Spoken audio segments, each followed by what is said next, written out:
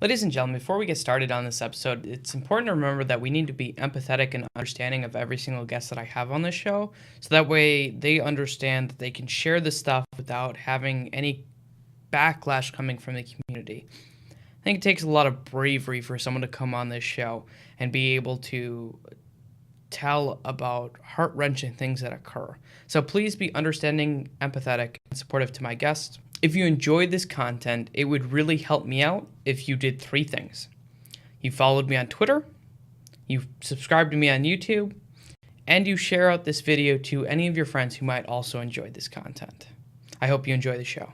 Welcome, ladies and gentlemen, to Deep Dives into the Minds of Esports. My name is Blake Panishevitz, and with me today I have a wonderful guest who has been a translator, stage host, agent, player manager, and now is the general manager of the London Spitfire. Please let me introduce Susie Kim, maybe better known as Lilsusie. Welcome. Hi. Man, when you introduce me like that, it just does make me sound like I've done a lot of things in the esports space over the years. Ooh. So, if it makes you feel better, you are not the I think the longest term person so far on here I've had has been Sir Scoots. So oh yeah, for sure. And that was a very long. Going through like his history was a 3-hour conversation. I actually had to break it up over 2 videos. It was amazing, but it was also really long, and I don't think that we're gonna have quite that much to go into, but you do have a very extensive career, and it's something that I want to talk about. But I think more importantly than that is you as a person and what led you to be up to here, because obviously everyone who's looking to get into esports, they kind of view people in esports almost like on a pedestal. Like these are idols because like they're entertainment figures. It seems unreachable for a lot of people, but in my opinion, esports people tend to be just like regular people and have regular life experiences and things that we can all relate to and kind of attach to. And so that's kind of one of the things that we're going to try to show here today. And so I'm going to start it off easy for you. Very easy question. So I do a lot of research when I do these shows, and I happen to have touched on some like blogs from like 2007 with like Team Liquid, and there's some and there's some really interesting things going into there. And one of the things I first wanted to talk about, though, is I saw that in an Ask FM that you read some Stephen King. Is Stephen King your favorite author? It's not that it's my favorite author. So I tend to do these things where wherever I am, I like to read stories and authors from that region. So I ended up reading a lot of Stephen King because I had spent a couple summers out in Maine.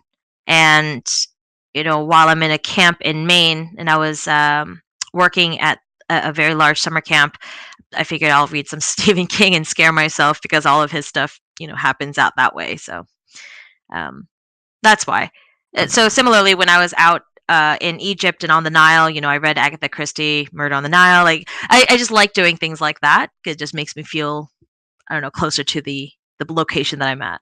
Okay, I think that makes a lot of sense. So funny, the reason I asked and the reason that it was so important kind of to me is that my middle name's actually Steven, and it was actually named after Stephen King, and I was going to be like, wow. Oh my God. Like, yeah, because my dad's favorite author actually is my favorite author because of that.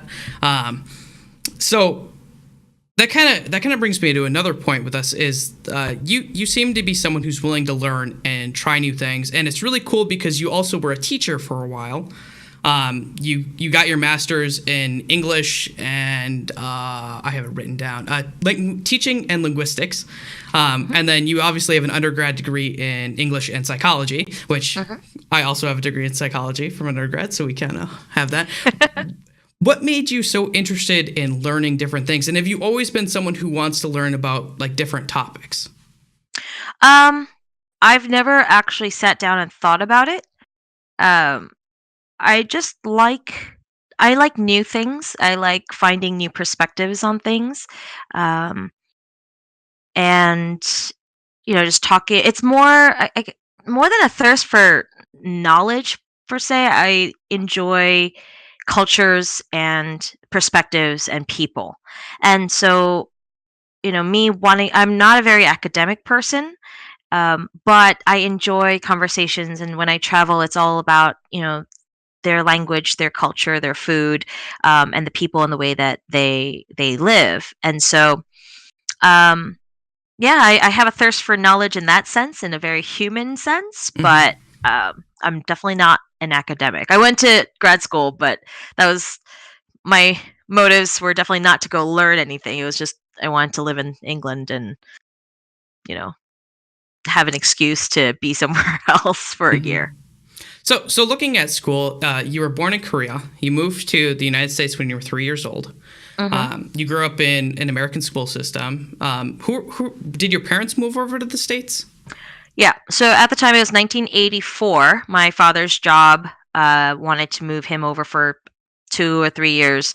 Um, and so the whole family moved. I lived in New Jersey for most of my life. And he ended up quitting that job, but after getting a green card. And so, they just figured it's probably better for them to raise a child and have a life in America since they have the opportunity to. Um, Hmm. so, yeah, Okay, so what did your parents do then? a variety of things. So um, I don't come from a high socioeconomic, Hmm. background. My father at the time was working at a company doing import export stuff at a shipping company. I think I don't know. I was Yeah. like 4 years old. I don't remember. Um, and my mom was a housewife. But over the years, he quit that job. He was like an insurance salesman and a car salesman, and we owned a small bodega. Like we had a small supermarket, and um, my dad's done a bunch of different things just to make ends meet. So one of the things you mentioned actually about a lot of his jobs is they tend to be more charismatic jobs. They require you to talk to people and do it. Is that where you got your ability to talk to people and to reach out and to be able to socialize? I'm not sure actually. Surprisingly enough, my father actually is not. He's more of an introvert. My mom's the one who's very extroverted and likes to Hmm. talk to people. My mother, over the years, she ended up going to beauty school and became an esthetician, and she did skincare and had her own shop for about 15 years. Um, no, I moved around a lot as a kid. So within New Jersey, I've been to several different school systems, and um, I think a lot of people's personalities are a good mixture of what you're born with and what society gives you. And for me, because I had to move around so much, it was more of an opportunity for me to get to know more people. And even if I knew I was leaving in a year, might as well have friends during that year. And um, no matter what, it's always been a part of me to make sure that people feel comfortable and try to just be as friendly as possible because I know what it's like to be the new kid all the time. And sometimes it's really lonely. So you mentioned moving. How many times did you actually end up moving around? Ooh, let's see. So we started out in Nutley, New Jersey. I remember going to school in Belleville, and then Kinnelon, then Metuchen, back to Kinnelon, then to Clifton. We moved to Cresskill, and then I went to Rutgers. So, That's like eight um, times. yeah, it's been a lot. That's so that must have been made going to school very hard. Like every year or 2 years, I'm assuming you would like move schools unless you were doing multiple moves in one year, which I think does not make that any I'm better. trying to, yeah, I'm trying to think. I did. It was. I started a new school in first grade, kindergarten, first grade. So all those early years to second grade, I think every year was a different school. I stayed in one school till third grade, moved to Metuchen in fourth, started fifth there. Then I moved up back to Kinnelon for one more year, and then in Mhm. seventh grade, we moved to Clifton, New Jersey, and I stayed there. And I believe I asked my parents like, "Can I just graduate high school here?" And so um, we stayed in Clifton. I did seventh, eighth grade, and then all of high school. And then as soon as I graduated, we moved to Cresskill, and I Mhm. lived up there. And at that time, I had gone. I was at Rutgers University, so still in New Jersey, but every time I would go home, it'd be a different home. Mhm. So you have one brother, right? Hmm. And he is it 9 years younger than you? Yep. So, what was that like? What type of sister were you to him? I was a second mom because my parents worked all the time, and uh, growing up, you know, I'm that generation of latchkey kids that went to school and came home by Mhm. themselves, and um, it was always watch your brother. It was always babysit, stay home with him, and so I was that person who lugged around her little brother to all the house parties, and um, yeah. So in a way, it was fun. My brother and I have a very good relationship, and I think it was. I don't know if it's a good thing for him, but he's always hung out with people older than him because of me. So I think he ended up being a lot more mature for his age group than most. That's really cool. So you end up going through high school and all these different schools. Was it hard for you? Um, no, no. No, you pretty easily would just go to a new school and make friends. Did you make friends that were long lasting? I know that I don't really have any friends from high school, so it's pretty common not to. I But moving do around, like, actually. do you? Um, I very much enjoy keeping in touch with people, and even now, as much as people rag on Facebook, I quite like it, and I found a lot of people that I was friends with. Some kids that I remember having barbecue parties with or swim parties with in elementary school, and yeah, we're still in touch. I'm still in touch with a bunch of people from high school. Uh, yeah. Okay, that's awesome. So you end up going through high school. You mentioned that you weren't very much into academics. Was school something you liked and did well in, or was it something that you were just like, because you also come from Like, Korean? I'm Asian. I was Yes. just gonna say, I was just gonna, I try not to stereotype people because it's just bad. But that was gonna be the next leading part. You mentioned that you come from Korean to is that first generation then? Your first generation? I was born in Korea and then I came over when I was very young. But so we call it the 1.5 What generation, the which is fuck? kind of weird. But um, going to school, going to college was mandatory. Okay. Like there was no choice. Um, and when I went through Rutgers for my undergrad, like my GPA was not very great. I basically do it because I had to. But overall, um, like high school, I was a decent student. I graduated top 15%, um, out of like 600 or 700 students in my graduating class. Uh, I mean, School was just kind of school. It was just like a school. thing you had to do, you know? Yeah, so my dad kind of tricked me into college. He's like, oh, because I wanted to be a musician and just travel around and play music and not go to school. And I was like, screw this, I hate school, I don't want to do this. He's like, you could go to school and play music, and it was a bait because when I started school, I realized that you have to pay back school debt if you ever stop school, and school requires a lot of time. It does. So it was a little bit unfortunate for me. So you end up you have to go to college, right? Because it's kind of required for your family. Hmm. What do you decide to do, and why do you pick? I mean, like I had a hard time choosing what I was going to do it took me, I think, 3 years before I figured out what I actually wanted to study. And I can't Same. imagine.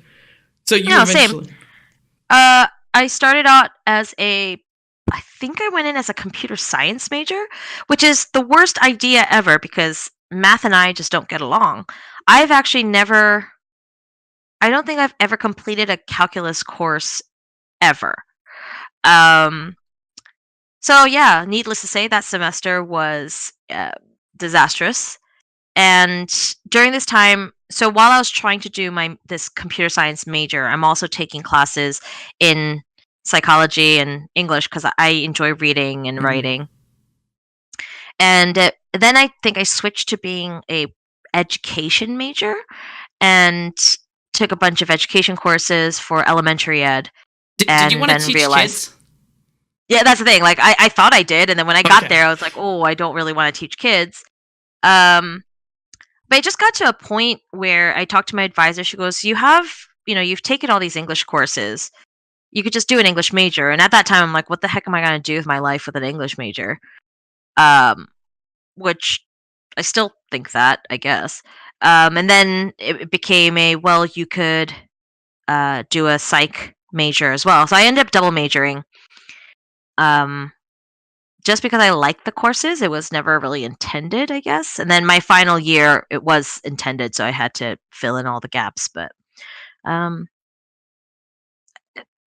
to the day I graduated, it was like, what am I going to do with these majors?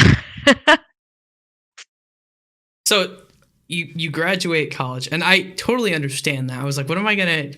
Pretty much the only, if you have a psychology degree, there are very few options for you unless you're going to grad school. Hmm. And that's why I went to grad school. It's why a lot of other people went to grad school for a while. So you end up graduating, and you end up moving back to Korea, Hmm. right? For I think it was 3 years. Well, it's okay. So I graduated in '04 because I took Hmm. the 5 year route.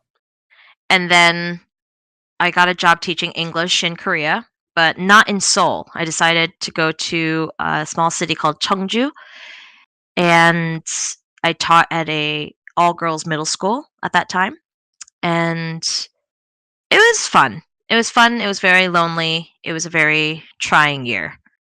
Um, and then, oh gosh, I can't remember this far back. I went to Korea for a year, came back. Oh, I went to Purdue for almost 2 years. So I decided to do a grad program back in America, and then without completing it, I ended up going back to Korea, and that was in '07. And 2007 was probably the worst year of my life.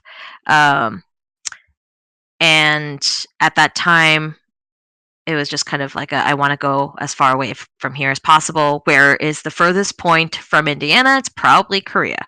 So ended up back in Korea, and a lot of things happened at the end of that year. My grandmother was sick, so my mom decided to move back. My mother's the only daughter. And then that following summer, my brother was graduating high school. And, my mom was just like, why don't you come out here, learn the language, go to school in Korea? And so he did. And then, of course, my father was like, well, there's no point in me being in America if my whole family's over there. So he moved. And yeah, so in 2008, my whole family moved back to Korea. So what made you want to go to Korea in 2003 to teach language? Um, the fact that there was no jobs available in America at the time, I would. and a big part of it for my parents was, yeah, go back to Korea, go learn your culture, spend more time with grandma, um, and then make money doing something that you're good at while trying to figure out what you want to do for the rest of your life. And so what was that experience like for you when you went over there? Because you mentioned learning culture, and like being, because that would have been one of well, you went during summers, I'm imagining, back to Korea quite a bit, but like fully. Not often, actually. I mean, Really? like I said, we weren't a well-off family, Hmm. and so we could only do that when we had the means Yeah. to. Um, I mean, growing up, I probably went, I want to say, maybe 3 times. So I remember going at the age of like 10, and then 15 and 19. Um, what was it like? I've always been lucky that my parents instilled culture and the language in me, even living in America. We used to rent Korean drama videos, and my mom and I would sit together and watch them, or I would listen to K-pop and try to read the lyrics. And my mom would have me copy the lyrics down in a notebook, so I learned how to write. And um, but if- going Korea in the '90s is very different from Korea now, and it was still a lot more conservative. And um, but it was fun. It was the hardest part. More was adapting my Americanness to fit the Koreanness of the culture, you know, um, because it's still very, Korean culture is still very, there's a lot of misogyny, and it's very patriarchal. So being a strong woman wasn't the best characteristic to have, being there. And I think a lot of things have changed a lot more now, and women Yeah. have a greater voice now. But at the time, it was honing down on, um, being very opinionated or just being a loudmouth, pretty much. Yeah, so you're going there, you're learning that, and then you decide that you're gonna go back to school. What made you decide that you wanted to stop teaching English and go back to school? The 1 year I was there, so I was there from '04 to '05. Um, it was just very lonely. I didn't have other English speaking friends, and I was having a hard time adapting to Korean culture on my own. And I don't know. That was the year actually I ended up watching a lot of esports, right? So here's your segue. I would come home after school and just turn on OGN or NBC and watch StarCraft while I log into World of Warcraft myself, um, and that's where I would hang out with my college friends because we all graduated. They all graduated between '02 and '04, Mhm. and then the game came out in, I think it was like '05, '04, '05. And so that was my way of being able to hang out with my friends from home.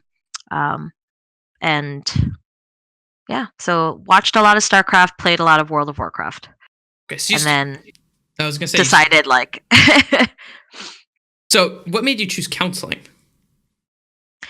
so school counseling, I don't know. It's okay. No, it's Uh, okay. uh, it seemed like a major that I could do. Hmm. Um, and since I had been interested in education before and I was teaching anyway, just figured it might, and I had a psych major. I figured maybe I could utilize some of this and put it together. Bless you.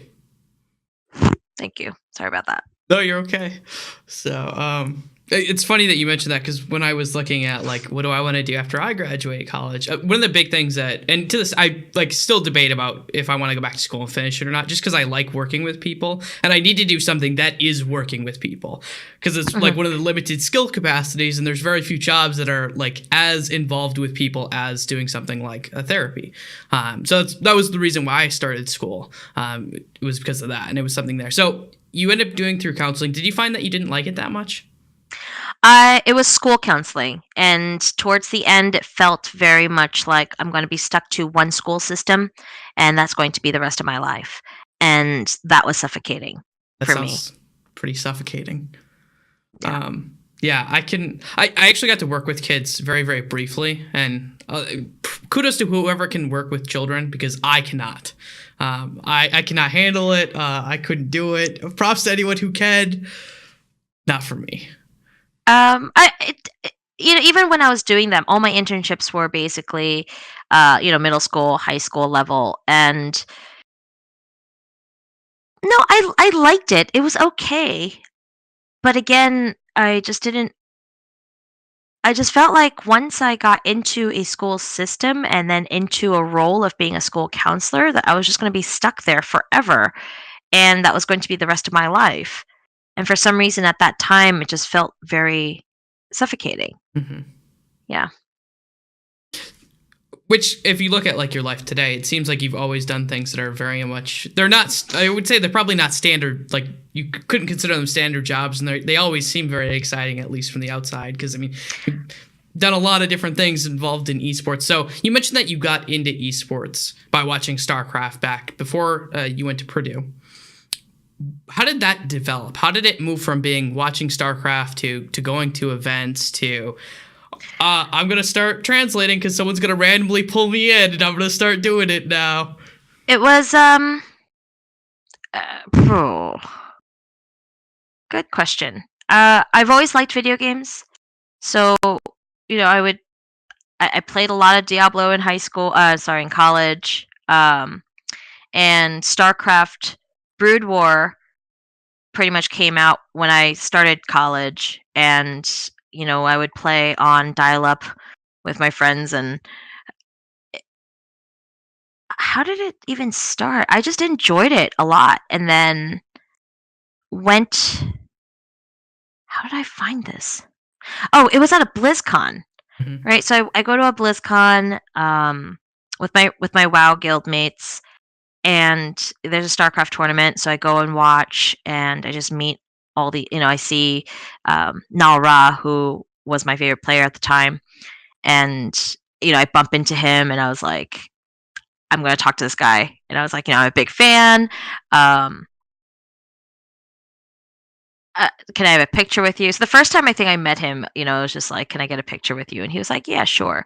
Um, but through that, like I met more other StarCraft, Western StarCraft fans. And then I found out about TeamLiquid.net, the forum. And through that, I started to, make friendships and be a part of this community. And I was living in Korea.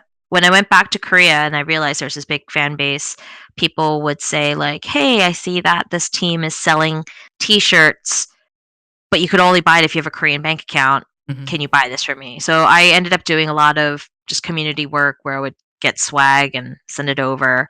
Um, and it was a very trusting time.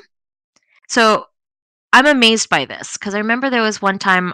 Um, I think it was the NBC jackets, and basically I had to do a pre-order because I didn't have the money to just Mhm. straight up buy things. So I said, okay, guys, if you want the shirt, it's $50. The jacket is $100, and I took orders and said send money to my PayPal, and then I'll pre-order it, and the whole bit.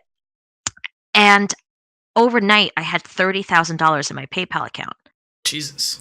and I realized I could have just been an ass and pretended to be this person, gotten $30,000 out of it. You know what I mean? Like I could have just deleted my account and everything and then just like left. Um and I just think back to those times about how incredibly trusting the community was. It was so much smaller, and I mean obviously I didn't. I made the orders and made blogs. I had updated posts so everyone knew exactly what was happening. And I had some really fantastic people send me extra money just because they said, thanks for doing what you're doing. And then, yeah, it was an interesting time. Yeah, It was a fun that time. is that is almost like unheard of. Like if someone were to do something like that nowadays, I don't think it would happen. Like someone being like, "Oh yeah, we're just gonna send us your PayPal dollars." Yeah, That sounds like a weird scam that you get from like South Africa or something like that's what that. I mean. Like it was very different and new, and again, it was people were just so hungry for this stuff, right? So I did a lot of that, and then when I was in Korea, I was friends with Tasteless, and I knew some of the old school guys who were the Western guys who were in Yeah. Korea doing StarCraft, and Gom TV happened, and season one, Tasteless was commentating on his own, so he was solo casting every game, and this is before Artosis got out to Korea. So for season two, they were like, "Well, hey, you speak English, and you want to cast?" And I was like, "No." I'm like, I don't know the game well enough to be able to do this. Like, that's ridiculous. Um, but they're just like, "Oh, just listen to the Korean casters and just mimic what they're saying." And I was like, "Okay." So they paid me $100 a cast. That's $100. Okay. it's weird how the world has or the casting scene has changed since. Well, I mean, the requirements are a little bit different now. You have to know the game fairly well, Yeah. and Well, no, and I get it. Like I had a visa to work there yeah. already, everything, and so then they were just like, "Why don't you do this?" Oh, and then you could do post game interviews, and I was like, "Okay, that I could do." And so they would do the post game interviews, and I would ask the question in English, and just spot translating, and that's kind of, I guess, where I got my start in Yeah. broadcasting. The problem was at that time I was also working 80 hours a week, consulting for students going to universities. So literally working 7 days a week. And then before each match, um, because I didn't know the game well enough, I had to fill it with something, right? So I would spend most of my Saturday going through all the Korean websites and getting statistics and trying to find, um, fun memes that the Korean community was saying about certain players, and that's how I kind of cultivated my screen presence, I guess. Hmm. Um, and I'm gonna say I was probably one of the first people. I think I might have been the one who, when you watch StarCraft, they go, "Okay, and in the top left corner, you have the blue Terran," and explaining that that was all me. Like I had to do it because there, I needed to have something to say on camera. Otherwise, it's just Nick talking all the time. Um, and my job was to alleviate that from him, so he could just talk about the strategy, talk about the game, and have someone to bounce his ideas off of. Um, yeah, it was an interesting time. Hmm. So why were you working 80 hours a week doing consulting?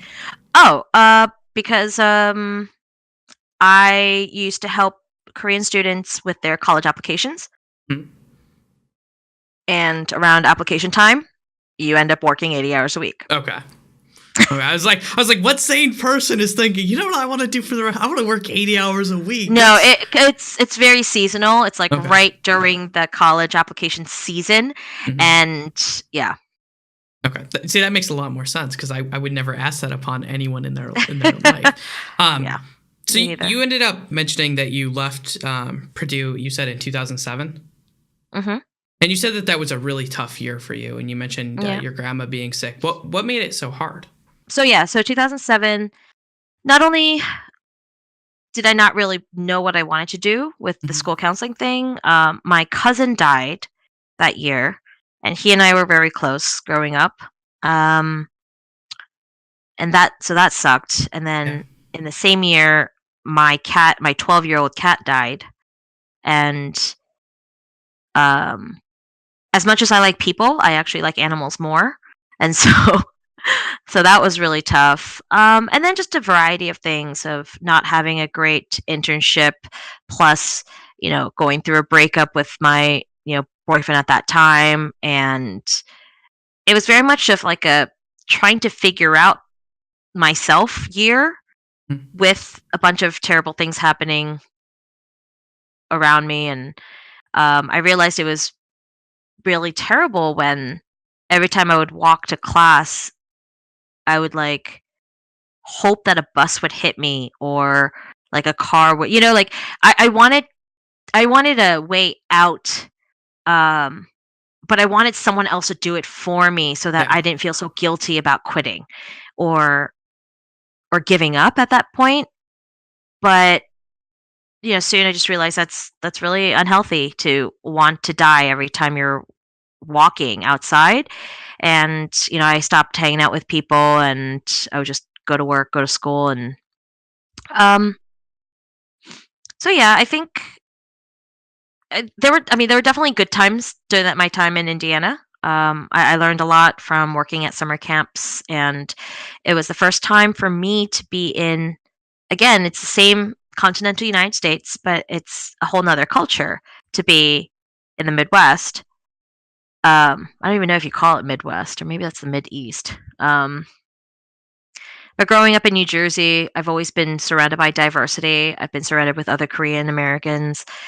Uh, and then I get to Indiana, it's very white Yes, that and is. corn, lots of corn.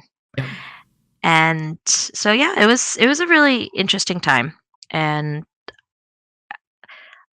it helped me get out of a bubble that I had created for myself, and helped me learn more things about myself. And so And I not think all that's. not all was lost. Yeah, no, and obviously your life experiences has led you up to today, where you've been able to take a lot of different experiences, such as working in counseling or your master's, and you've been able to apply them to what you're doing now. And I think that that's a really important thing to draw upon. I think mental health in itself is really important to always talk about, because a lot of times we don't realize that the people who like we see all the time or we're talking about all the time have some of the hardest moments, and just hearing their story and how they like got through it can be really empowering, I think, for everyone who ends up like watching or paying attention to. And that's why I always like to. I know the hard moments, and I really appreciate you sharing that because it is a really hard thing to go through, and I appreciate that.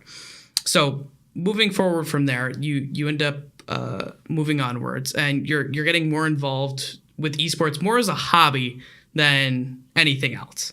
And from all the interviews I read, you didn't make it sound like it was anything that was something you were going to take as serious, which if you look at today is kind of hilarious at where you are now. Yeah, so I think it was like once StarCraft Brood War went away and StarCraft 2 was taking over, and um it was just at that point where I'm like, and League of Legends was like just starting, and I was like, you know what, with the death of StarCraft 1, like this was a great hobby, I should really focus on my career and what I want to do in real life, and so I just kind of took a break for a couple years, stayed away from the esports scene. And during this time, League of Legends started growing really huge, and the Western scenes started to emerge as well. I went to grad school again in London.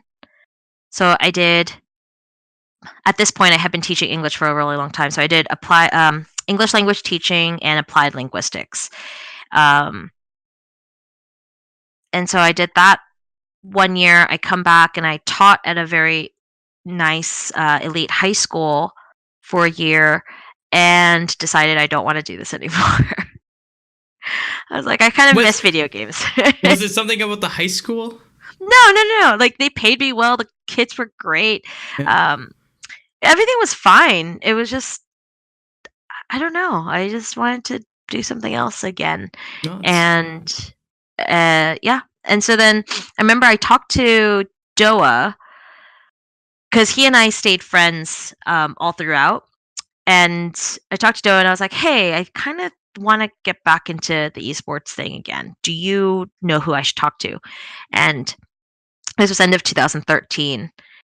And he's like, oh, you should talk to Juani, who was a friend of ours who used to do a lot of event planning. I said, okay. So I call Juani, and he goes, oh my gosh, thank God you called me. I need a caster for WCG 2013 because someone he had hired to do this, she had some visa issue, aka she forgot to apply for a visa to go to China. Anyway, he's like, yeah, can you do this? He goes, I know you're competent enough to be able to get that 1-day visa in Hong Kong. You know how to do all this. And I was like, yeah.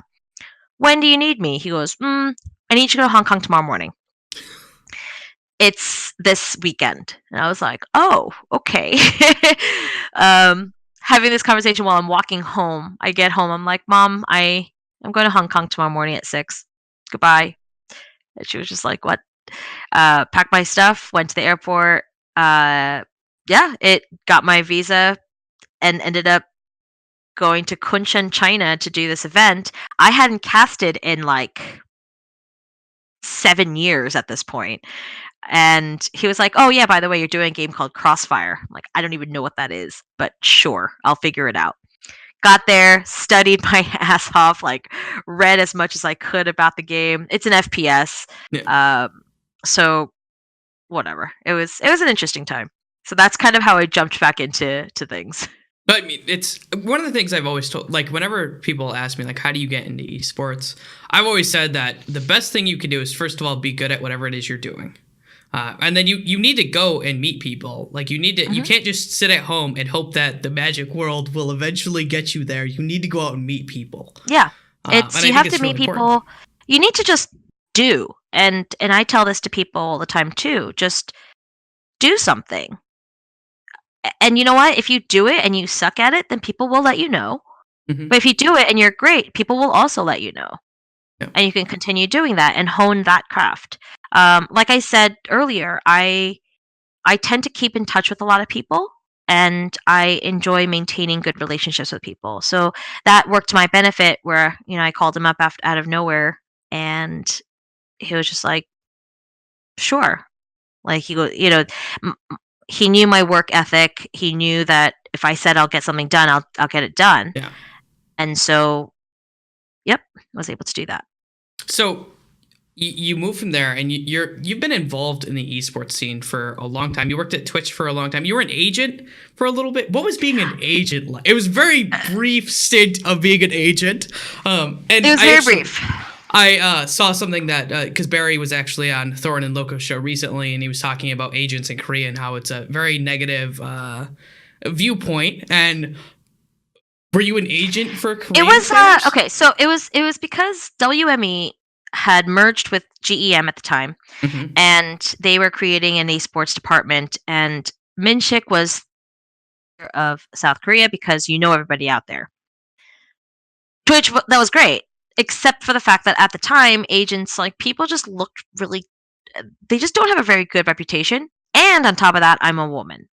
So it was just really hard for me to try to infiltrate that. Plus, most of the Korean teams um, were owned and managed by, companies like SK Telecom or KT, and they don't want a third party person. No, no, they'll take care of themselves. And I was an agent by title, but I had a very difficult time in trying to actually do anything with that. Mm-hmm. And so, I really wanted to build out something in Korea, and my agent time was probably all of, I don't even know, like 3 months or something I was like gonna say, that. I think it was 3 or 4 months that I have. Yeah, it was like 3 months or something. And then I had a job opportunity come up for Twitch, and I was like, I think I'd feel a lot more comfortable working with Twitch and building out something that's already there, as opposed to trying to. I guess I saw it as with Twitch, I'm starting with zero, and then we could build from there. And while being an agent in Korea, for me, I'm like starting at -50 and trying to make my way to zero.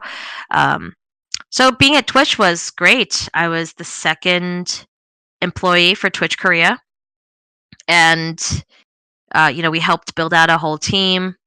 We And with that team, we were able to get at first all the Hearthstone streamers to come over Switch platforms. And we were able to hold a lot of tournaments, and it was fun. It was a good time. So you were involved with working with a lot of different teams. It kind of floors my mind, like thinking about this, like hindsight. Were you ever offered any management roles with teams before that you turned? Because like the idea that you get picked up by London Splitfire in 2018, someone who has been in the scene for years and years, has worked with multiple different teams, helping them out with like different things here and there. The fact that you just get brought in 2018 almost seems crazy to me. Well, it was also probably me. Mhm. Like, for example, for example, even now, right? Like, you see that I'm doing this job. Would it cross your mind to like ask me to leave this job that I seem pretty happy in to do something else? Well, okay, Like, so it's kind of weird, right? So basically, like, I've always been busy doing things, and I guess I've never really reached out being like, "Hi, I'm looking for a job." Um, so nobody ever offered. mhm. I did talk to a couple NA teams. I have had some teams ask me to move back to America and help manage the teams, but at the time I didn't want to leave Korea, Yeah. right? I had lived in Korea for the last 10 years, pretty much, from '07 to 17. Mhm. And yeah, I didn't really want to move back to America. So I didn't take any of those jobs. And then in terms of being a manager at a Korean team, they wouldn't have been able to pay enough. Okay, that's fair.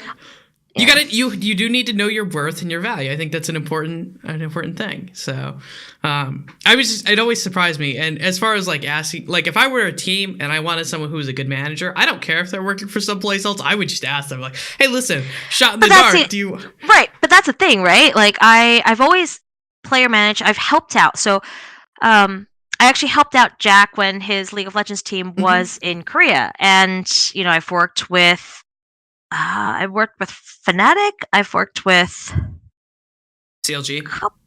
CLG. I can't remember. My memory's going. Like, this is Oh, terrible. Um, but they always already had managers, and I was just kind of like a help on the side. And again, even if I helped these Western teams, it's not like, you know, and at the time, I don't even think they were paying all that much, so they can't ask me to relocate and yeah, move to America. Um, I would have to find my own house, and yeah. there was just so much that went into it. Um, I mean, fast forward 2017, I didn't want to move back to America even then, but uh, Overwatch League was starting, and Monty needed to be here, and so um, I made that jump. I made him give me a ring before making that jump. I think that the Beyonce song "Put a Ring on It" is. No, seriously, I was like, I'm not following you all the way to America for you to just be like, well, I'm here now, goodbye, like, Yeah, um, which obviously I knew he wasn't going to do, yeah. but there's just like a symbolic measure of commitment there. Um, so, so yeah. And then, so I moved out here. Twitch was gracious enough to transfer me to their offices in America, Hmm. and to figure out a position for me, which ended up being content acquisition. And I was good at it, but it wasn't something that I really enjoyed What myself. does that mean? What does that position mean? It's basically going out and getting people to stream on Twitch, Okay. right? So because I knew Owl at the time, it was, I worked on helping NYXL sign with them, and Boston, and Philly Fusion, Yeah. and which is fun, but to me, it's about the relationships, and it's about really just being, um, just I don't know, being with people. Like, content acquisition felt like sales in a way. Hmm. Like, oh, I got it. Now the next one, and so yeah, I was kind of struggling. I didn't know what I wanted to do, and again, I've known Jack for a really long time, and I just asked him. I was like, Jack, do you have a general manager? And he's like, no, but I don't know if we need one. He goes, do you know anyone in mind? And I said, how about me? And he just looks at me and he goes, okay, let's talk. Uh, and I was trying to. I'm like, I've done this and this and this, and he just goes, "You don't need to sell your." No, he goes, "Let me think about this. Let me see how I can make this work." Um, and I would say, yeah. And then I talked to Dan, our president. Because Jack's like, "I want you to talk to Dan." I talked to Dan, and literally they were like, "Okay, how much do you want?" And I gave him a number, and he was like, "I'll have a contract for you." Um, and it was interesting. And a part of me kind of wishes I had joined the team earlier, like right at the start of the season. I think I think the team would have been a little bit different had I been with them from the start. But and I told that to Jack, and he was just like, "I didn't know you were interested. Like, how was I supposed to know?" And I'm like, "Okay, that's fine, fair, that's fair." Yeah, so instead of just winning, you would have just crushed the entire thing. So Yeah, pretty I mean, much. right? I mean, that's pretty much what would have happened. I mean, Susie can't come in, end up winning the entire thing. That's not good enough for Susie here. You gotta, No, no, you gotta just crush them gotta, all first. you just gotta, you gotta do more than that. So we're going along, and you decide that you're gonna work for one team. How hard was that for you? In the idea of you're not working with everyone anymore. It was tough. That was actually one of the biggest factors, that kind of deterred me from taking the job, because I'm used to being available to help everyone. Hmm. And I knew that some of my relationships with, other players would be muted. Um, but now that I've been with this team for about a year now, um, I kind of like it better. I feel like I have much more meaningful relationships, Hmm. and I'm happy to be in a position where my my team feels comfortable enough that they could talk to me about whatever it is. Um, And in a way, it's nice because I realize esports obviously is a very male dominated field, and my players having a female perspective that they could bounce their ideas off of, or when they have an issue, maybe I'll give a different sort of advice than one of the coaches might, and I'm happy to be able to provide that for my team. So we're looking at that, and one of the things you mentioned actually way early on, and we're looking at the way that esports is today. It's huge. It's like massive. I don't think anyone like 10 years ago would have thought, hey, esports is going to become this insanely huge thing where people are paying 20 to 30 $36 million buy-ins on a franchise system, and it sounds insane. But what's cool is I saw I got a quote from you back in like 2014 where you were worried about the esports scene growing too fast, and that if it didn't have a solid foundation, that it could be really damaging. So looking on the years up to now, do you think that it did grow too fast, and do you think it's still growing too fast now? I think it's still growing. Um, I'm still scared for it. There's sometimes I do feel like we're all in just one big bubble, in terms of the amount of money that's pouring into it and where the money's going. Um, but perhaps it's growing pains, and Yep. perhaps these are steps that the industry needs to take so that they could learn from it. Um, I still think it's growing at an incredibly fast rate. I'm just really scared that maybe if it is a bubble, that it's going to burst, and how do we recover from that? Mhm. What worries you the most about that? Is it your own security? Is it No, it's for me, and I don't want to be like I'm a esports expert or anything like yeah, that, but I would like to think I'm more of an esports expert than, say, I don't know, that investment guy who thinks esports is the next big thing and reads a couple articles and now is a consultant. And that worries me because there's a lot of them. What was that new? What was the American? oh, I saw that. Oh, Oh my what was gosh, that I can't called? remember. It It was was like American something something, and I looked at it and I'm oh like, I've never heard of anybody on this webpage, and and so, for example, if you tell me like, "Oh, Sir Scoots told me X, Y, and Z," I'd be like, "Yes, listen to that yeah. man. He's been around enough to know what is going on." Um, and then even if like it was someone that I didn't know, right? And you gave me a name, and I looked it up, and I was like, "Oh, this person has an extensive like 10+ year background doing esports in a different part of the world that I'm not familiar with." I totally get that. I respect it. But I just feel like right now, because it's growing so fast, there's all these people who are like, I'm an investment banker, but I know esports and I known it for the last 20 years. And I'm like, Yeah.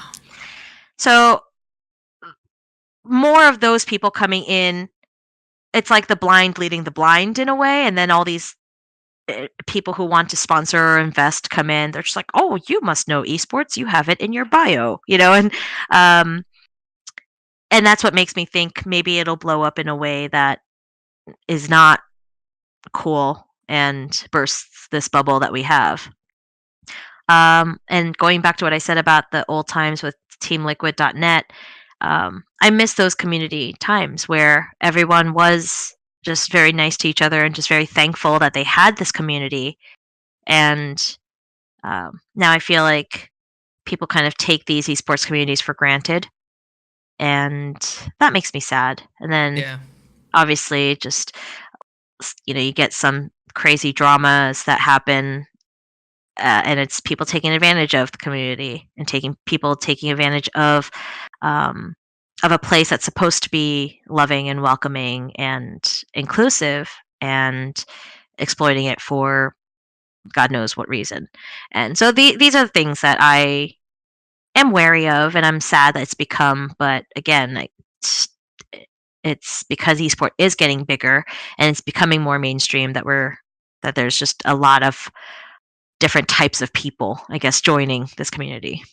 Yeah, we don't just have gamers who just want the best for each other and just want to play video games. It's not like that anymore. Um, Yep. It's unfortunate. So So I've been watching. I mean, kind of off topic, but I've been watching AGDQ, and that whenever I read the comments there or the communities playing that, I feel like they're still at that grassroots level, and it's just really nice. It's like so wholesome to see. I'm sure they have their own issues that I don't know about, but from the outside, it just looks so fantastic and wonderful. It reminds me of how esports used to be. yeah, I know that when I first got into esports, I was doing this thing called House Party, and it was just we played League of Legends tournaments, and it was all in house, and it was so much fun. Actually, Captain Flowers, that's actually where he comes from, because we used to cast together on there and do some stuff there. But it was very much a tight knit family, and a lot of times people would talk, and it's weird how that has changed, because now like I don't really have any communities where I'm just like, oh, I just want to go play some in houses with a bunch of people, and it's a little weird how it's changed. Where do you think it needs to go for the future? What do you think esports, like some of the primary things esports should be like, we need to make sure that this happens? That's impossible to say. Oh, ugh. Oh. I don't ask easy questions. I think they're boring. So No, it's not that. It's just I really have no idea. Where does esports need to go? I mean, I think or what do you think esports needs to work on? What is one area that esports is really weak in that you think it needs to work on? not giving a shit about what people say or think. I want esports to be its own thing. I don't want us to be like, "Oh, look, we're real sports too," or we need to get the validation from mainstream folks, or, like, no, just let esports be what it is, and if you love it, you follow it. Um and at the same time, with esports, I would like for us to be a community where people are like, yeah, those people are really accepting and really open, and I want to be a part of it. Um, and I don't want us to be compared to mainstream sports, because it's still a different beast. Mhm. And yeah, I don't know. Um, I think people just need to stop. Just like esports for what it is. If you like video games, you like competition, then like esports. You don't have to compare it to anything. And I don't know. I guess that kind of bothers me. Do you think it's damaging to compare esports to sports all the time? Because I've often said that there are certain aspects it's true that there are similarities between the two, but there's actually similarities between esports and other like business ventures as well. Yeah. But I think that that's true for almost anything. But I think that when we compare it to there, I personally see it as it can be actually damaging to do that. What are your thoughts? Do you think that I it's think good or bad? I'm neutral on it. Maybe neutral towards I'd like to stray away from it, Mhm. but neutral in the sense that, sure, when I'm trying to explain to people what I do, Yeah. it's really easy to use, sports as a model, right? I Mhm. go, hey, just like how the NBA has this, and then I'll say, hey, so for example, Cloud9 has an Overwatch team and a League of Legends team and a Counter, and then they can't understand that. So then I go, all right, now imagine like the Chicago Bulls has a basketball team and a football team. And then they're like, oh, okay, I get it. So, in that sense, I think it's great to have those parallels Mhm. because it's more of a reference point. But trying to emulate quote unquote real Yeah. sports, um, it's hard because, one, every game that you play belongs to someone. Like the game of baseball doesn't belong to Yeah. anyone. So anyone can play it. Anyone can create a league. I could have a backyard tournament, have money for it, and grow it if I wanted to. Yeah. Um, you can't do that with Overwatch. You can't do that with League of Legends because the IP is owned by Yeah. an entity. So things like that, plus the fact that baseball is a game that's been played for years. Yes. I want to say it's over 100, but It's a long time. it's a long time. I don't know if But it's quite there, but it's close. And the thing with esports is that titles do come and go, and the popularity of the titles will fluctuate. It'll go up and down and possibly back up again. Um, but again, it's so new. The whole idea of computer gaming is so new that we don't know. I mean, maybe 100 years from now, there will be a game that's lasted 100 years. We don't know that. But as of right now, the only game that we could say has any longevity to it is Counter Strike, Yep. StarCraft. But even then, StarCraft, the competitive scene definitely has waned. Yeah. And Counter Strike, they've just had different versions of it. Yeah. Right? There's been upgrades. So I don't know. Maybe Overwatch will have upgrades, and it can keep going. But it's hard. I don't know. I really feel like this is one. I'm not very business minded, so it's hard for me to answer. But it's just also so very new. How can we even fathom an answer? Yeah. It's like literally if I asked my grandmother that she ever imagined we would have touchscreen telephones. No, you don't even fathom that idea. Yeah, that's kind of how I feel about where esports is going. That's fair. So moving onwards and kind of looking at this, you recently got married, which congratulations. Thank you. It was an amazing wedding. I was there. It was awesome. So I'm really thankful for the invite. It was one of the better weddings I've actually been to. So this brings me to kind of another question. It kind of relates to esports. In the past, you've mentioned like having kids, and that's something that you want to do.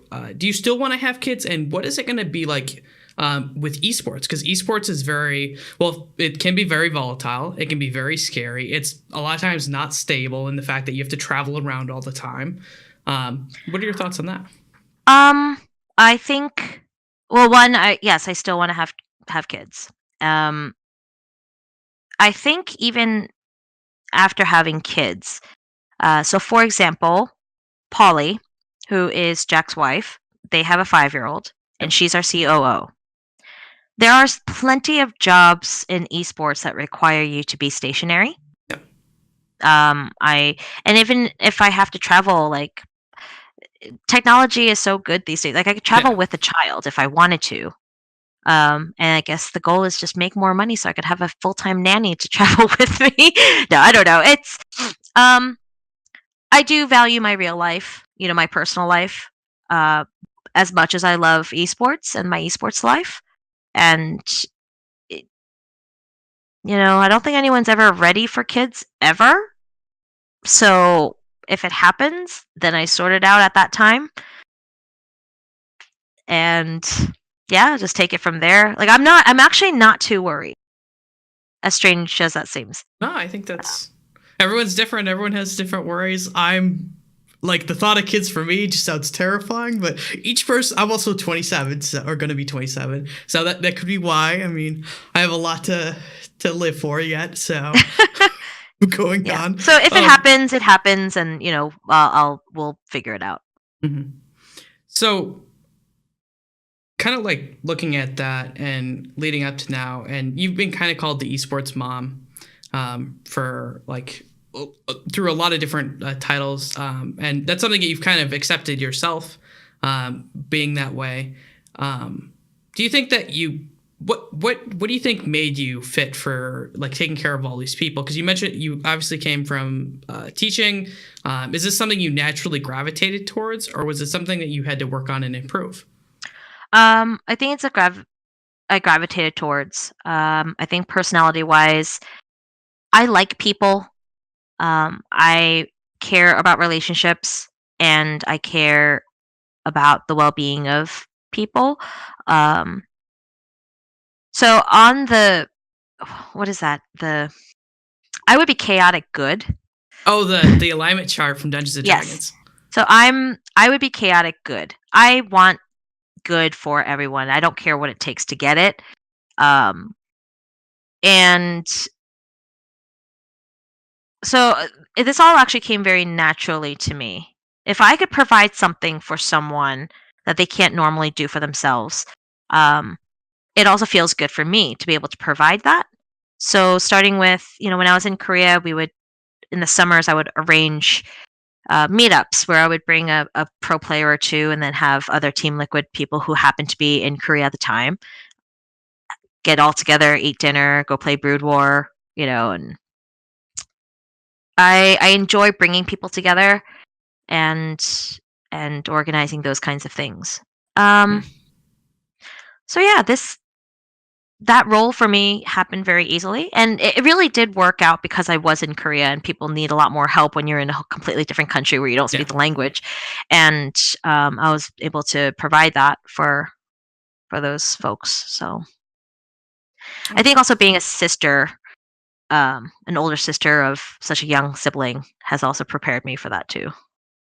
Does that get a little bit different being in a manager role? Because obviously now you're responsible. I'm assuming you're responsible for like getting rid of player. No, I don't want to say getting rid of because it sounds freaking terrible because that's not what you do. Like It sounds like I transferring kill players. them. I Get know rid it of them. does, and that is not my intention to make it sound like that. So I'm going to clarify. For the record, I Um, do not kill my players. Thank you. that's good because if you did, then we might be questioning some things here. But is that a lot different of a role being a manager now? Because now some people have to go because they don't fit with the team, and then you have to bring new players in. And whereas before you were always kind of more on the outside helping those players with their different roles. It's definitely different because it's my role now. Um, I always have to differentiate it and be like, listen, I'm doing this because it's my job and this is my duty too, as opposed to I don't like you, get out of my team. Right? There's a difference there. Yes, there is. It's and um, but it's also. I mean, I still manage in ways that I see fit. You know, I'm still a caring person. Like I still talk to the guys who have left our team. Just obviously don't have the same relationship Yeah. anymore, but you know, I'll still hop into like closer stream and be like, you know, how are you doing? And seeing him be happy makes that's fine. You know, I like that. Um, being a manager, being different. I guess in a way I could. It is having a like a an excuse to be mean. I don't like being mean, but if I'm like, "Hey, this is my job, and this is why I have to ask you Mhm. to stop doing X, Y, and Z," um, yeah, I don't know. Yeah, there's definitely a difference. I can't think of anything specific right now, but I've definitely felt it from time to time. So I have one last question for you. It's really easy. Okay. You've been so gracious with all my questions, and I already appreciate that so much, and you taking the time out of your day to come here. So I just want to let you know, thank you so much. My last question is a very, very easy one. You've been on this show. You've got to experience it, the grilling from Blake and how difficult it can be. If you could pick anyone who's involved in esports to be on this show, who would you pick? Because I'm gonna call them out later. So it doesn't matter if they're behind the scenes; they can be in front, anything like that. Um, man, that's hard. Out of all the questions I've asked you, this is This is the hardest one. This is the hardest question. Yes. You know why? Because everything else you've asked me about me, and now this question affects another person. See? Yeah. So thus, it's different.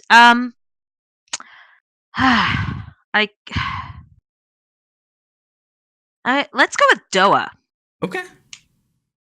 Yeah, Doa's got an interesting backstory. Like Doa. Did you know Doa is the oldest of 8 children?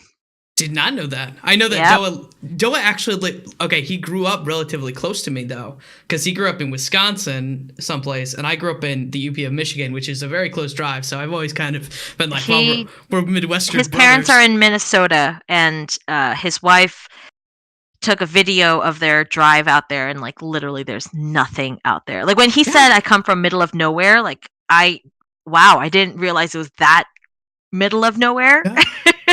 I think Minnesota has more cities than where I was living. I'm going to show you some pictures later on. It's going to be all right. Sounds good. So, do you have any shout outs? I normally don't do them, but if you want some, I'll give them to you. No, I guess as a closing message, again, I mean, thanks for having me on your show. It's interesting because I've done a lot of different roles, and I've been in esports for a long time, but a lot of it has been behind the scenes.